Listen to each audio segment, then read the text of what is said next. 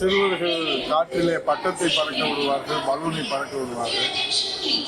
ஆனால் இன்றைக்கு மாண்புமிகு முதலமைச்சர் அவர்கள் சிறு குழந்தை போல கொடுத்த வாக்குறுதியை காற்றிலே பறக்க விடுகிற அந்த அவல நிலையைத்தான் இன்றைக்கு ஒவ்வொரு பிரிவினரும் வேதனையோடு வெளிப்படுத்தி வருகிறார்கள்.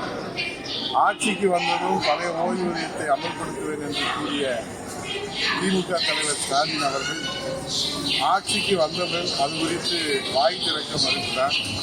எதிர்க்கட்சி தலைவராக ஓடோடி சென்ற ஆறுதல் கூறியவர் இப்போது வாய் திறக்க மறுப்பதன் விவரம் என்ன என்று தெரியவில்லை.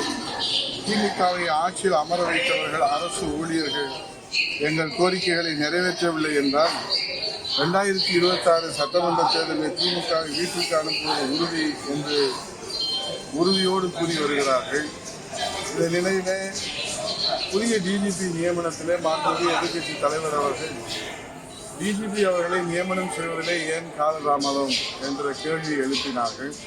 1.5 மாதம் கழித்து தற்போது மாண்புமிகு அமைச்சர் ரகுபதி அவர்கள் புதிய டிஜிபி நியமனத்தில் மத்திய அரசு பணியாளர் தேர்வாணையத்தின் பட்டியலை தமிழக அரசு ஏற்க மறுத்துவிட்டதாக தெரிவித்திருக்கிறார்கள்.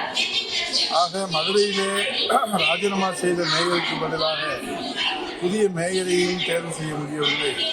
தமிழகத்தில் சட்டம் ஒழுங்கை காப்பாற்ற வேண்டிய இந்த வடகிழக்கு பருவமழை காலத்தில் டிஜிபியும் நியமனம் செய்ய தமிழக அரசால் முடியவில்லை. அரசு ஊழியர்களுக்கு பழைய ஓய்வூதிய திட்டத்தையும் தர முடியவில்லை.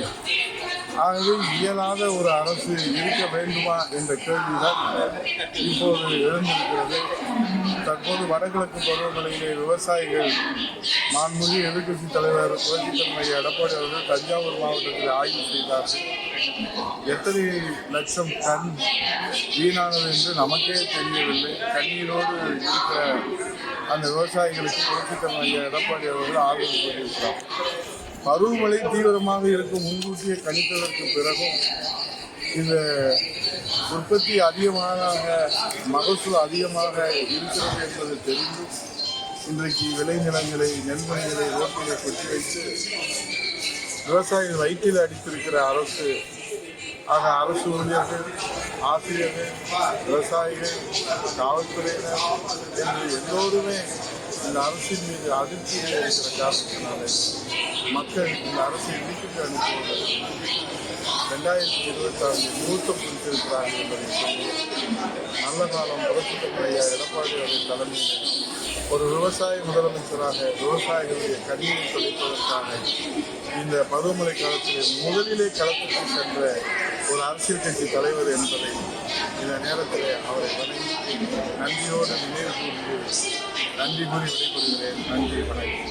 செய்திகளை உடனுக்குடன் தெரிந்து கொள்ள கீழ்கண்ட கேபிள் மற்றும் டிடிஹெச் நெட்வொர்க்குகளில் எம்நாடு செய்தி தொலைக்காட்சியை காணுங்கள்.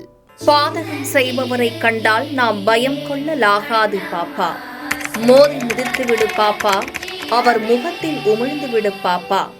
அண்மை செய்திகளை உடனுக்குடன் தெரிந்து கொள்ள இணைந்திருங்கள் எம்நாடு தொலைக்காட்சியுடன்.